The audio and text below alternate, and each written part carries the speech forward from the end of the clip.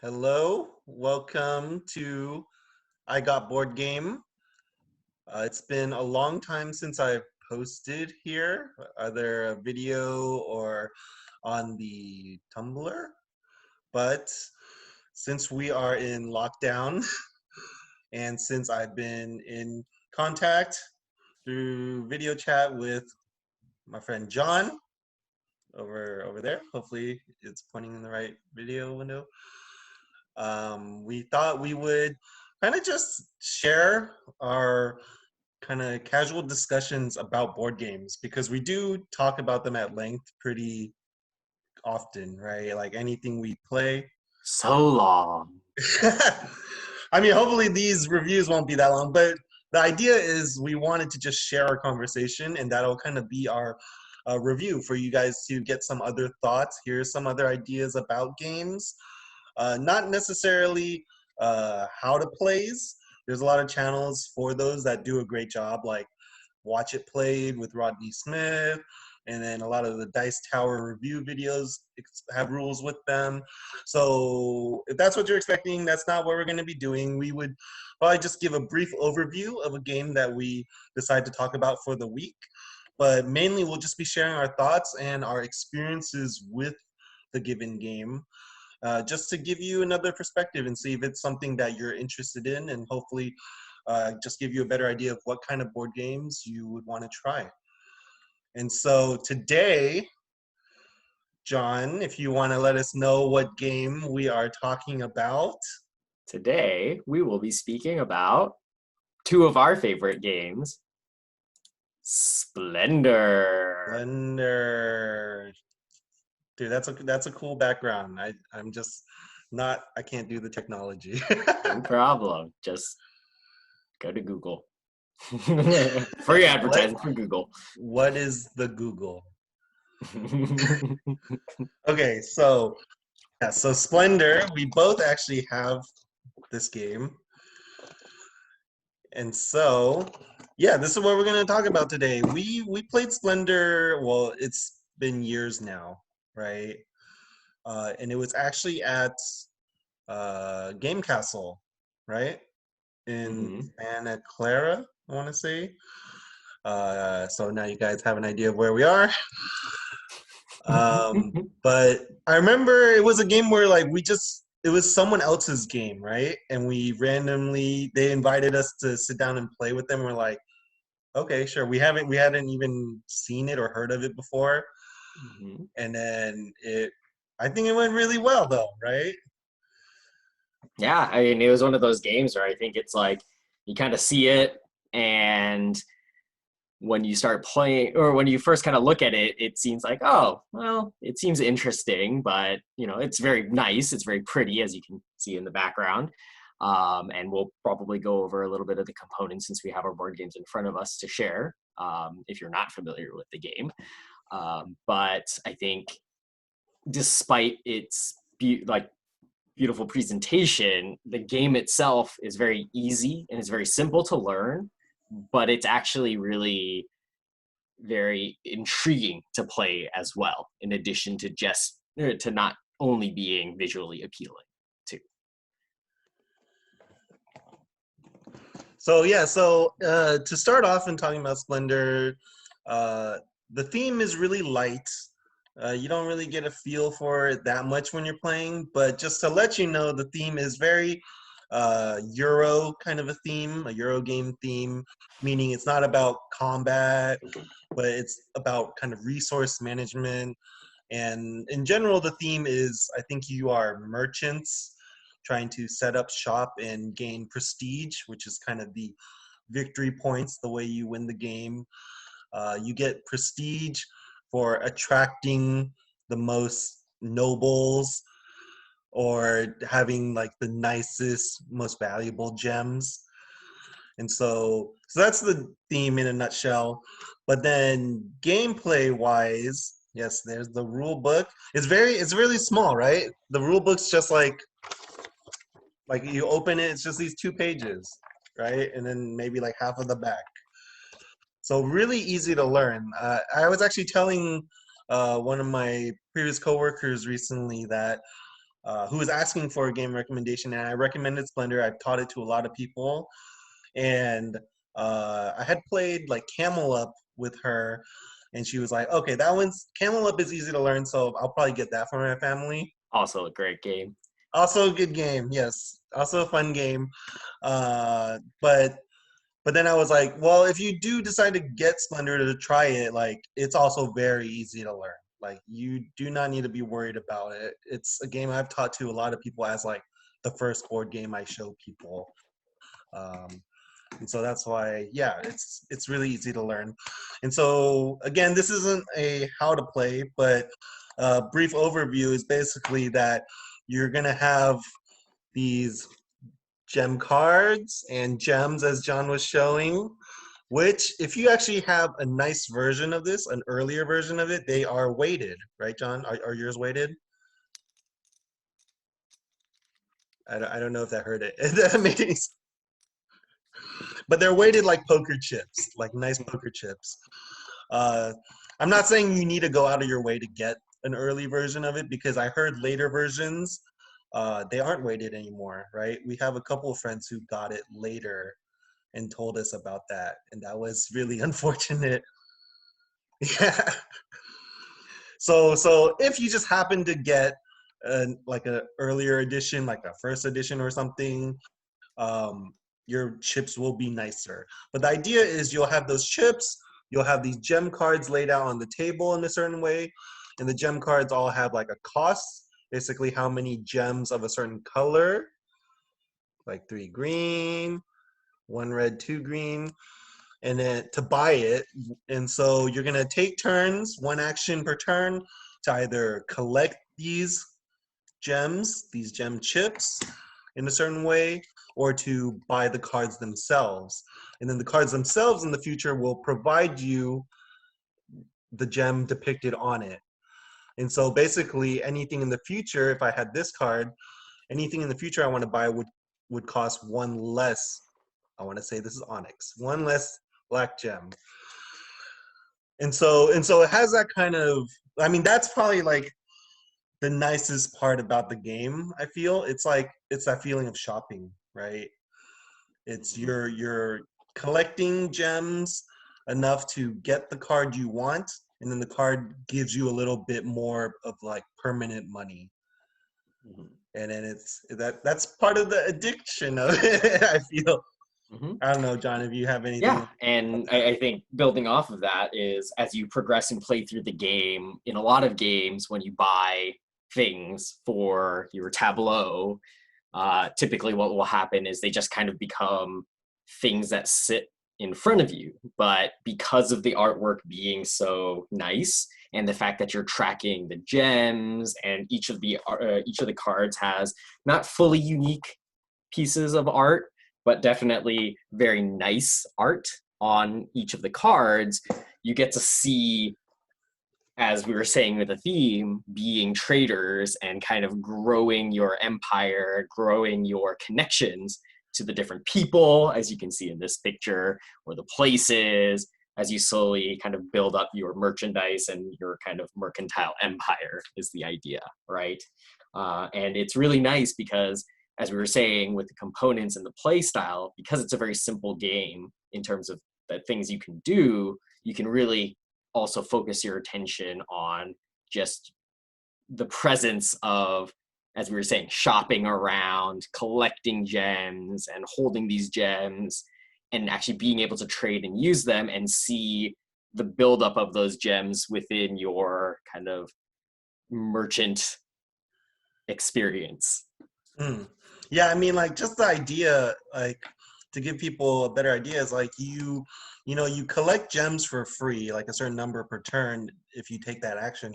But it could kind of work out like you collect, 3 gems on 1 turn, and then the next round you buy a card that gives you a green gem, and then you spend another turn like collecting other gems, then buy another card that provides you a green gem.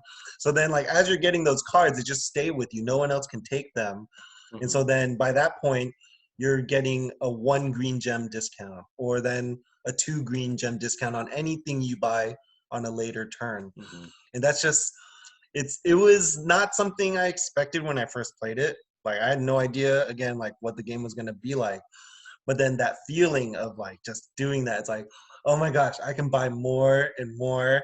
Hmm. But then also like that's how everyone's playing. So everyone's gonna be buying more and more and buying the more expensive things, and you're kind of racing to do that too. And I think that's also one of the beauties of this game too, is that because I think in some games it feels like there's oftentimes when there's a shared resource or you're buying from similar pools of items, someone beats you to buying something. Sometimes in other games, it feels kind of frustrating in the sense that you lose the option or the opportunity for you to progress in the game because you were beaten ahead.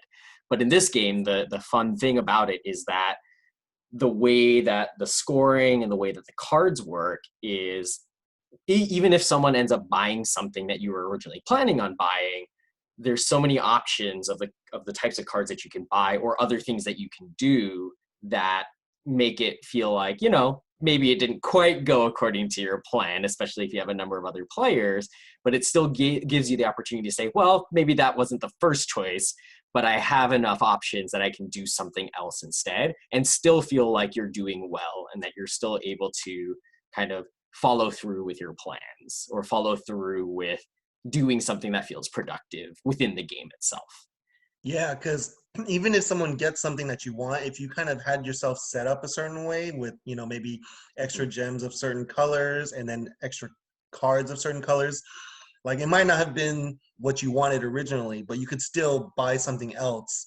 And it's always rewarding you, right? You're always getting that one extra gem discount, Mhm. right? In something in the future, Yeah. whether it Or was part of or your plan or not. or sometimes that I've found is that when you buy cards, so in the game, as you buy cards, they get replaced by new cards to fulfill those spots. And sometimes you were planning on buying a card and someone else ends up buying it.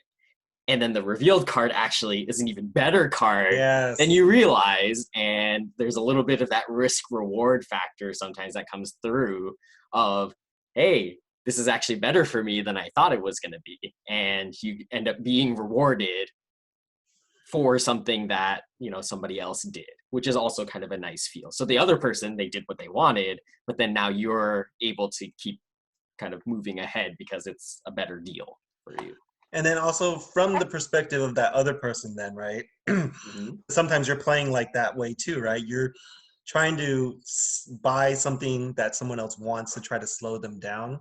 Hmm. And I was talking with a friend about it recently. She was saying she plays with her family like every week, and when they play like multiple times. And it's just these few games that I've introduced her to. Like Hmm. I think maybe like was it maybe Sushi Go or some other like gateway game I taught her, and Splendor was one of them.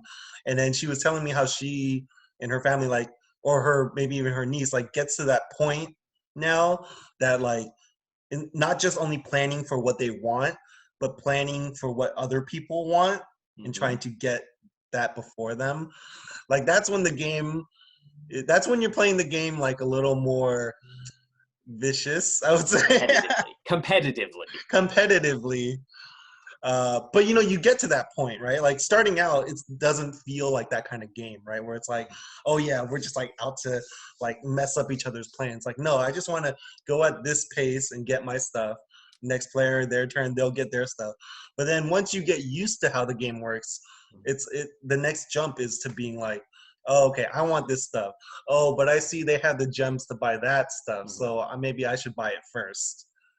And I think that's exactly where this is why this is such an amazing game, is the fact that it's a very easy game to pick up and learn. It does not it's very simple in terms of the actions that you can take, and really anybody should be able to quickly pick up on it. But then there's a beauty to the game that there is a level and a layer of complexity in the competitive space that when people get used to the game and they're more familiar with it, then you start planning not just your next move, but you start seeing what are other people's next moves. And you can start seeing like, maybe I want to reserve a card. And also the nice thing about, as we were kind of talking about in the competitive sense of blocking, is like by blocking somebody, it's not just an act to completely sabotage another player, which is, for me, not necessarily the most fun mechanic in a game.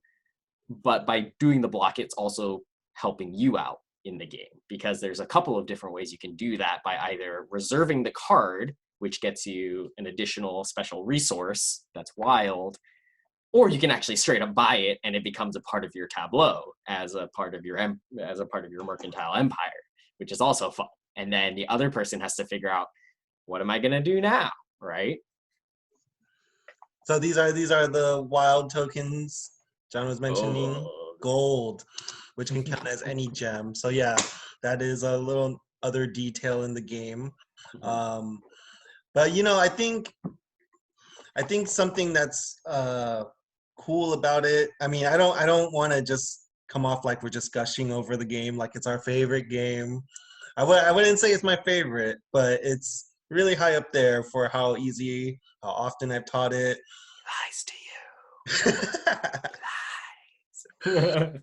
Not my favorite, but it is one that's really left a mark in like the board game industry, right? Like there's so many games after it that people kind of explain or teach by comparing it to Splendor, saying it's like in that genre of game like Splendor. So Splendor is a really big deal. And not everyone likes it though, as big as it is in the board gaming world, right? People do get tired of hearing it's like, oh, Splendor. Of course you love Splendor.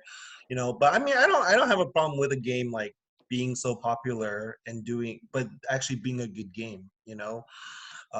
But I think something that I do want to bring up, you know, not gushing about anymore, is some of the issues with the game, right?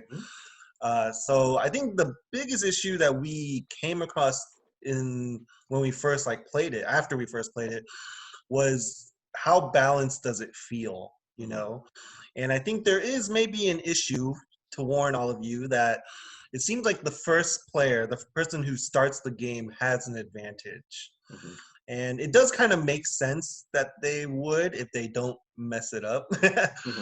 Because if you're the first person to take an action in this game, you're the one, I mean, you're all looking at the same stuff out there, right? You don't have like a hand of cards that's hidden, right? All the cards you can buy are out there, and then all the gems that can be taken are out there, all the nobles, which we didn't mention, but there are these tiles, and you want these cards to have the nobles come to your shop, right? And then they'll give you their prestige. So that's another way to get points. But you know, all of that information is in the open. And so if you're the first person to take an action, take your turn, you can kind of collect the gems that will set you up the best to have the most options of like cards to buy, and then maybe depending on the cards available, set you up to get a noble first.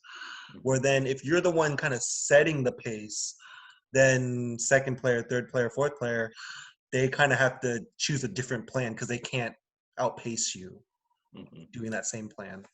And speaking of the first player advantage in this situation, it also has to do with the gems that you can collect and pick up. There is a limited number of tokens of each color of gems, and there's 5 different colors, and the way that the actions work only allow for a certain amount of gems to be picked up per turn.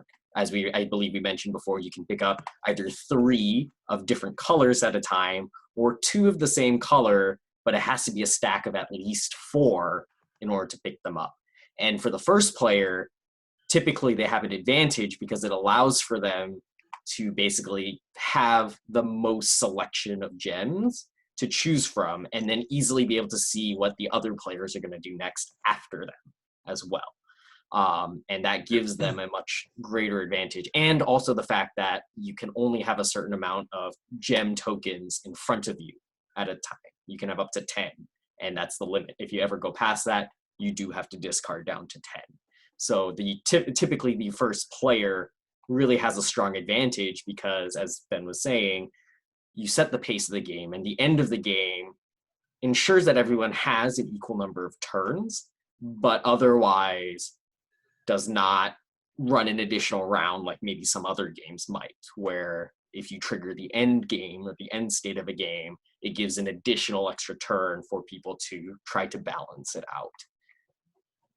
But I would say, like, with that kind of advantage that the first player gets, like, I mean, I think you or someone else like pointed it out to me really quickly after you played it the first time. But then I would say it's not something that you necessarily feel when you're Mm-hmm. playing it. Like theoretically, like the way we explained it, I think it makes sense why there is an advantage.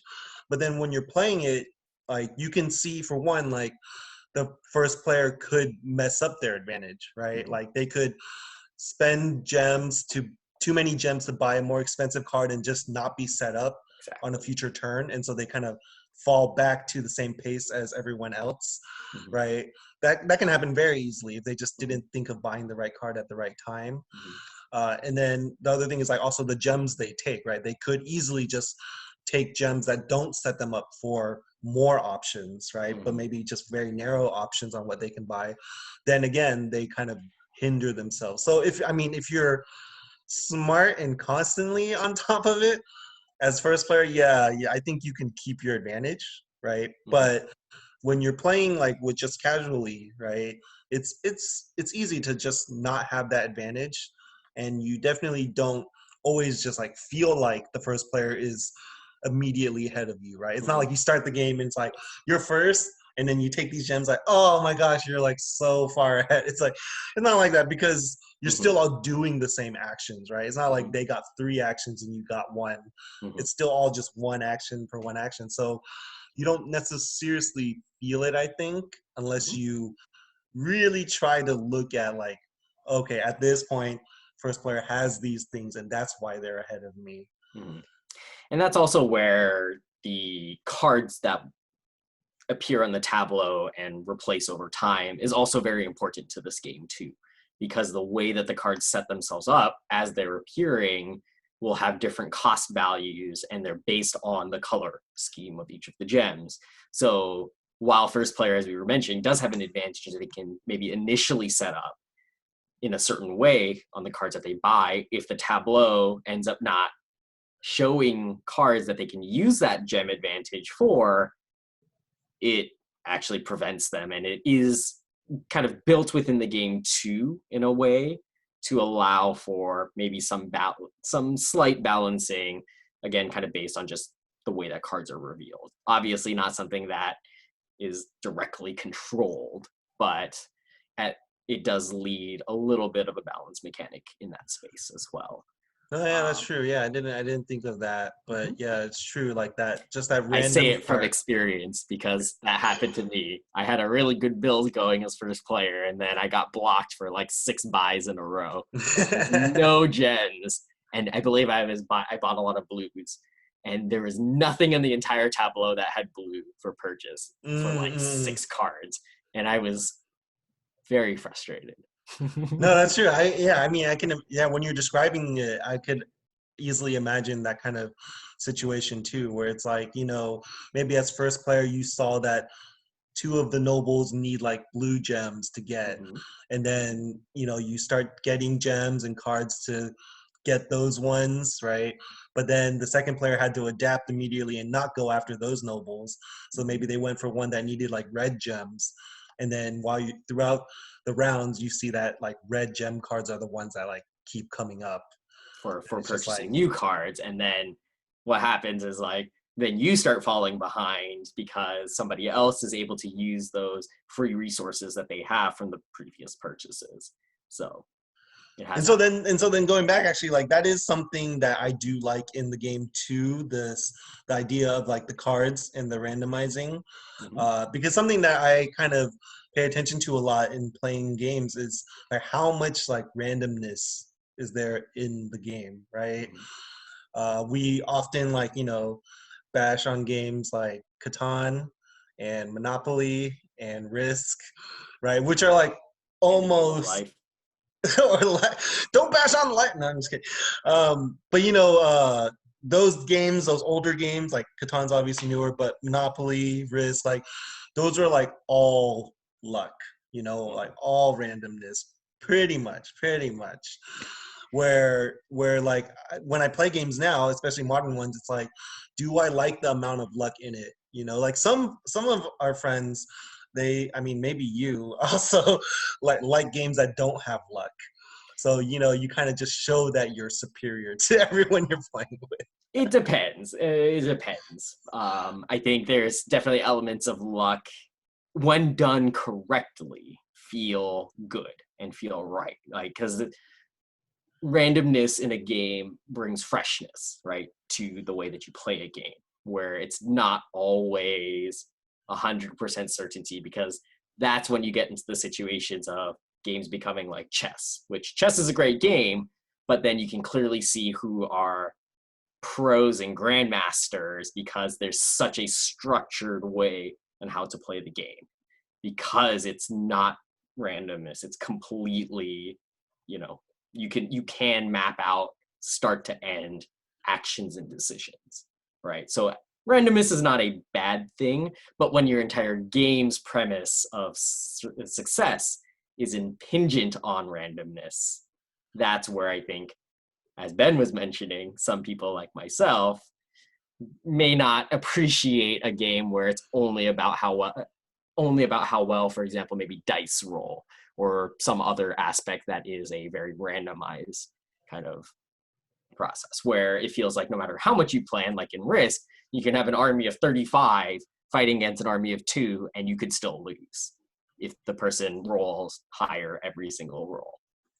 Also speaking from experience as the attacker, not the defender. And so, yeah, I mean, so I think Splendor, like at least that card play, right? That's like the only part that's not revealed, right? It's not hidden information. It's not like players have the cards in their hand, but they just have their own decks, right? And so they only reveal more when the ones that are revealed are bought. Mhm. So I think that is a good amount of randomness in the game, but also it's the idea of randomness in these games is also compared, or kind of you kind of think of it along with how long the game is, right? Mhm. Because like games like Risk can go on forever because of the luck, you know. Where in Splendor, it is not like the fastest game. It's not a filler game, I would say, you know, because I mean, the box is not necessarily that small, and the game is like about 30 to 45 minutes, I would say, which is 5 minutes, 30 minutes, 30. 30 box. Oh yeah, the box is 30. Maybe with the people I've played with think a lot, so 45 is more common. But you know, like that is relatively short for a game. You know, it's not like a heavy game, but then because it's kind of relatively short, to have that luck in it makes it kind of exciting, you know, versus like a long game where there's like luck at all these points that could just easily keep switching things back and forth, you know, and feel like it's dragging out. In Splendor, it is a relatively short game, and so to have that amount of luck of like, oh, the player has to refill the card and they flip it over and it's like exactly what you want. And it's like, oh, that's exciting, you know. But it's like just a little bit of excitement in this kind of short game versus Mhm.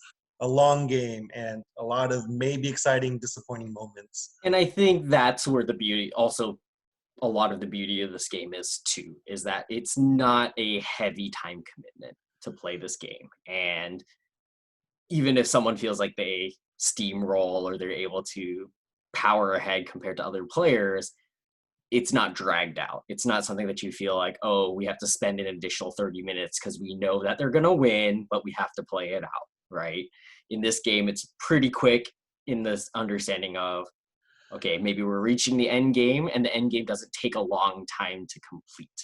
And I think that's also really nice because then you can just jump right back into a new game at that point, which is why I was a little surprised to hear you say that you played 45-minute versions of this game, because I mean, it I feel should like be a fast game. I with like think four this is not a players game, though, right? Four even players with 4 could players. I get do feel towards it. like this is a game that people don't need to think too much about, right? The stakes are not so high in which you're committing so much. And I think sometimes if that mindset is kind of brought into this game, it does help make the game feel a lot better versus agonizing over should I pick up my gems or should I buy my location, right? There's really not that many actions to take.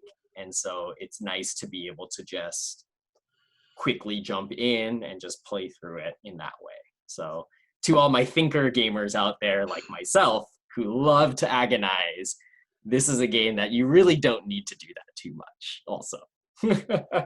Actually, and actually what you just mentioned is also a really good point that just wanted to say on the actions in the game, right?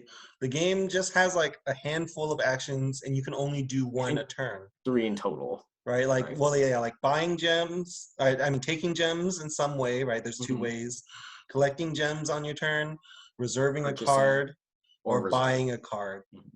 That's it. Yeah, that's all I you guess can that's do. it. So yeah, just basically 3 actions. And yeah, I think that's like when a game can do that, I think that's like really clean design, right? Just like few actions, but they are impactful, and like they don't feel like necessarily fillers. Sometimes they could, like, but I don't think that often. Maybe reserving a card could feel like a filler sometimes, but you're But getting even then, something it's from it. very rare. Yeah. You're getting it. When you reserve a card, that means you're the only one who can buy it anytime later in the game. But you also get a gold, right? A wild gem, and so you get something from it. Unlike games where like you have to spend a whole turn just to rest to get all your cards back into your hand. Like that's kind of what. Century Spice Road. Sentry, that's exactly what I was thinking of. We'll talk about Sentry some other time though. It's not bad. Yeah. But that is, like Splendor doesn't have those kind of filler actions, right? It's just a few actions and you can only do one, right? So it's not even like a complicated like, oh, how do I time it? Do I do this first? Like move here, then attack, or get this? And it's just one, and you have to choose one. And that's all you get on your turn. You just keep going around doing one action. And so that's a really clean part of the design. I think is really good. And so I think kind of a couple of final things to mention about Splendor is for anyone who is interested in trying it out. If you haven't played a game like this before, I would describe it as like a tableau building set collection kind of game, right? Trying to get collections of gems to buy the right cards to get victory points, and then tableau building because when you buy the card, it's kind of laying down in front of you, right? Building your whole stack of cards and discounts and payments later. Know that the game can feel a little slow in the beginning because you start with nothing, but it's really that feeling I mentioned at the beginning of like shopping, that as you get your first card, then you start, getting a little more permanent money to buy future cards. And then I always make it a deal to point out when a player buys their first card for free, like that feeling of like you just happen to have the cards that you needed to get another card without paying any gem chip. And it just feels nice. That means you like made it and made enough money to get stuff for free. You're building up your merchandise. You're building up your reputation as a merchant. So yeah, so don't get discouraged if it feels kind of like slow in the beginning. I would say it definitely has that building up feeling in the game. And then the second thing I want to mention, if you're interested, anyone should know that there is an expansion to Splendor, Cities of Splendor. I wouldn't say just like get this together when you get Splendor, right? Definitely try the base game first. Basically, always try the base game first to see if you like how it plays, because expansions are usually just more of the same, usually, right? Where then Cities of Splendor, we're not going to talk about it at length, but it's basically adds 4 modules or different little mechanics you can add into the base game that can make it more exciting. I remember from like a Dice Tower review, they were saying one of these was like really bad. So that's the one I haven't played with, and from reading the rules, I can tell why it's bad. But then the other ones, kind of add to the idea of like getting more when you buy cards, right? Or unlocking abilities when you buy certain cards. So it's kind of adding those small little mechanics to the base game, which is interesting. It is interesting. If you like Splendor, I would say it's definitely worth trying out because like I think 3 of the 4 modules are good. So yeah, so there is an expansion, just so you guys know. And so But I don't as know. as Ben is saying there, like, don't feel pressured that you're missing out on the experience of playing Splendor if you don't have the expansion is also a very important point. The base game, and I think, as Ben has said, maybe we do gush about this a little bit more. I think both of us believe that this is a very good game. I think I rate it higher than Ben does in his Really? perspective. Um, Well, actually, here, yeah, keep talking. But I'm gonna share my board game but geek I think that page on. regardless of whether if you're interested in the game, I definitely think it's worth picking up. I think it's a game that you will always find a situation, you'll always find a group of people to play with. And it's something that you can actually take around. And as we were saying, it's not the smallest of boxes per se, but it's really not a huge box either, right? This is something that if you threw it in the back of your, in the boot of your car, you could carry it around with you anywhere you go. And the setup overall, it really doesn't take too much space on a tabletop. It takes some space, but you can set it up in a way where it really isn't taking a large amount of play space, right? Yeah, because there's actually no board to it either, right? Mm-hmm. So it's more just you need space to set up stacks and rows of cards, and Exactly. then each player's Set of gem cards. chips, right? Mm-hmm. But then technically you could set it up however you want to save space since there's no board, right? Yes. And so yeah, so this is me logged into Board Game Geek looking at Splendor. So I rated it. I mean, this is probably a long time ago, right? Mm-hmm. When I had already gotten into board games, I think is when I went back to rate some of these games. Mm-hmm. But 8.5, you said you rated higher than me? I would probably say if we're doing 0.5s and not in betweens, I would probably actually maybe give it a 9 even. But but the rating scale is 7 is the highest, you know? It like goes up and then down again. So Yeah, your bell curve. Yeah. but yeah, wow, you would give it a 9. I Okay. do give it a 9 because I do think the simplicity of the game that allows complexity and the ease in which people can join into the game, but also play through the game, not feeling like it's a huge weight and a huge time sink, right, for people.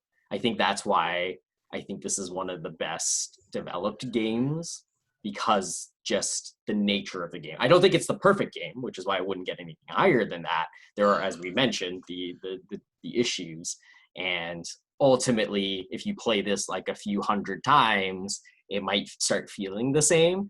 But then you think about it, you've played it a few hundred times, and that's when it started feeling kind of dry. Where some games you can play it maybe 3 or 4 times and it already starts feeling dry.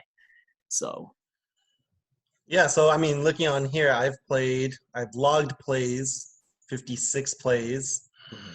And I mean, I'm still down to play it. Like it's still the game I would like recommend to people, be willing to teach people. I did not know there is a Marvel Splendor. I will have to check that out later. Maybe that's a new thing that's coming out. But I am a little surprised looking at this that it's not in the top 100. I would actually think Splendor would be in like top 100, but maybe lower My 100, feeling is maybe lower of that. because it is an older game, and there are, as we mentioned, a lot of games that have built upon what Splendor was that I think for the gaming community becomes something that's more of a board game than Splendor is, because as we mentioned, Splendor is very simple in the sense of the execution of actions, and that there really is only 3 actions. A lot of times people prefer to have a little bit more action and control. So maybe that's a reason why it's deranked. Given how old it is, the fact that it's still in the top 200, knowing how many board games come out nowadays, is still very high. Yes, a lot of board games, like hundreds of board games every year. Mm-hmm. Yeah, so and then just looking at this, if you guys want to get more information, I would definitely recommend Board Game Geek. You can even see some links here to watch it played instructional video. Even Game Night has their playthrough of it. So those are all ways you can learn and see what the game is like when it's Mm-hmm. being played if you want to get that idea. And yeah, I mean, I think in the end, I would I would definitely recommend this. I mean, John, right? You would recommend Splendor to people. I have my own copy, even though you have your copy. Yeah. So we both would definitely recommend Splendor. I would say if you're looking for like a thematic game, this is not it. If you want a clean game in the terms of its like mechanics and its speed and simplicity, this is definitely a great choice. Or if And the you're art is looking, still good, even though it's not thematic. It's still nice art. yeah, or if you're Not like looking to jump into a game for the first time, or you have a group of people who maybe are not familiar with lots of board games, this is also a great jumping point. It's in the vein of some of the other games I think we've mentioned, like Settlers, I think Munchkin and the Bang, and a couple of other games that are kind of seen as the gateway board games. I would say that Splendor is definitely within that world. mm-hmm. Okay, so that will be our kind of discussion. Share with you our thoughts on Splendor, Share, and like, hope and it was subscribe. yeah. But Hope to it his was channel, helpful. not my Ho- channel. Hope it was helpful to just give you an idea and maybe a deeper look at kind of what the board game has to it, more than just its gameplay and its pieces, but some of the deeper thoughts behind it and experiences with it. And so, yeah, we plan to hopefully do a video weekly. I would hope. I'm kind of putting John on the spot, but no, we talked about it a bit. We'll see. So hopefully we can come back and do just another kind of review, sharing our thoughts on another game next week. So until then, thank you for watching, and yes, see you next time. Goodbye. Bye.